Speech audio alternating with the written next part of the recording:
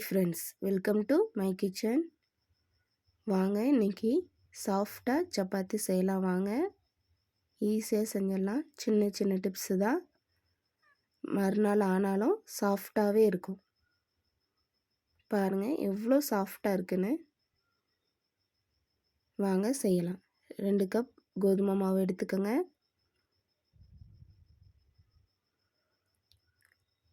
தேவையான அளவு உப்பு சேர்த்துக்கோங்க. உப்பை நல்லா கலந்து விட்டுக்கோங்க மாவோட. 1 கப் தண்ணி ஊற்றிக்கோங்க. நல்லா பிசைஞ்சுக்கோங்க.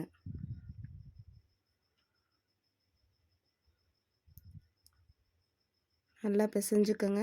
நம்ம அடித்து பிணைய போகிறதில்ல, எண்ணெய் ஊற்றியும் பிணைய போகிறதில்ல. ஈஸியாக செஞ்சிடலாம். லைட்டாக தண்ணி இருக்க மாதிரி பார்த்துக்கோங்க. நம்ம தொட்டு இழுத்தா நம்ம கையில் மாவு லைட்டாக ஒட்டணும். பாருங்கள், ஒட்டுதா? இதுதான் பக்குவம், சரியான பக்குவம். இது ஒரு அரை மணி நேரம் ஊற வச்சிடலாம். வாங்க,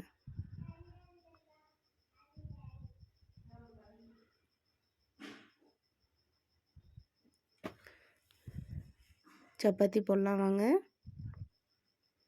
ஹாட் பாக்ஸில் ஒரு துணியை போட்டுக்கோங்க. அடியில் துவட்டு மாவு எடுத்துக்கோங்க. கிராக் இல்லாமல் மாவு உருட்டிக்கோங்க. நான் செய்கிற மாதிரி செய்யுங்க.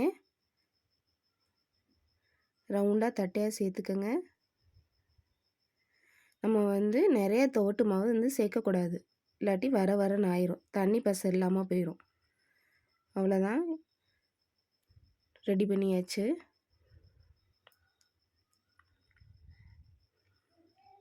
நான் செய்கிற மாதிரியே செய்யுங்க, ஈஸியாக செஞ்சிடலாம். 2 நாள் ஆனாலுமே சாஃப்டாக இருக்கும் சப்பாத்தி. நம்ம சப்பாத்தி போடும்போது கட்டையை நம்ம அழுத்தம் கொடுக்கக்கூடாது. கைக்கு ஜென்டலாக தேய்க்கணும். அப்போ தான் நம்ம அந்த சுத்து அது எல்லா இடத்துலையுமே கரெக்டாக நம்மளுக்கு ஈவனாக இருக்கும் மாவு. இல்லாட்டி ஒரு சைடு தடிமனாகவும் ஒரு சைடு லேசாகவும் இருக்கும். பாருங்கள், தேய்ச்சாச்சு.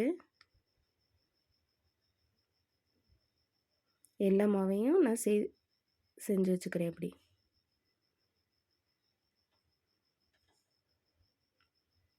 ரொம்ப கடினமாகவும் தேய்க்கக்கூடாது, ரொம்ப லேசாகவும் இருக்கக்கூடாது. மாவு அந்த தேய்க்கிறது பதம் அவ்வளோதான். சட்டி நம்மளுக்கு நல்லா காஞ்சிருக்கணும். அப்போ தான் போடணும் சப்பாத்தி. அந்த மாவை நல்லா சுற்றி வேக விட்டுக்கோங்க. ரொம்பவும் வேக விட்டுறாங்க. ஃபஸ்ட்டு இது மட்டும் லைட்டாக வேக விட்டால் மட்டும் போதும். நான் செய்கிற மாதிரியே செய்யுங்க. நம்ம அந்த காற்றை நம்ம வெளியே ஏற்றிடக்கூடாது, உள்ளே தான் வச்சுருக்கணும். அந்தளவுக்கு தான் உள்ளே அந்த காற்று போய் ஆவியாகி நல்லா வேகும். அப்போ தான் நம்மளுக்கு சப்பாத்தி 2 நாள் ஆனாலும் சாஃப்டாக இருக்கும். பாருங்கள், நான் செய்கிற மாதிரியே செஞ்சுருங்க. லைட்டாக உங்களுக்கு பாருங்கள், அந்த பபுள்ஸ் வரணும். அது வந்ததுமே உடனே திருப்பி போட்டுருங்க. சுற்றிலும் வேக விட்டுக்கோங்க. அந்த ஓரம் ஃபுல்லாக நல்லா பாருங்கள் எவ்வளோ நல்லா வெந்திருக்குன்னு பாருங்கள். உப்பி வருதா? இதுதான், இப்படி தான் செய்யணும். இப்படி செஞ்சால் தான் மறுநாள் ஆனாலுமே சாஃப்டாக இருக்கும். ட்ரை பண்ணி பாருங்கள்.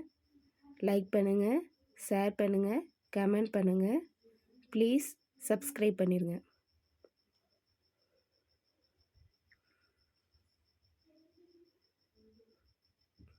நான் செய்கிற மாதிரியே செஞ்சுருங்க. ஃபஸ்ட் டைம் கஷ்டமாக இருக்கும், அப்புறம் நீங்கள் பழக பழகிடும். பாருங்கள் எப்படி உப்பி வருதுன்னு.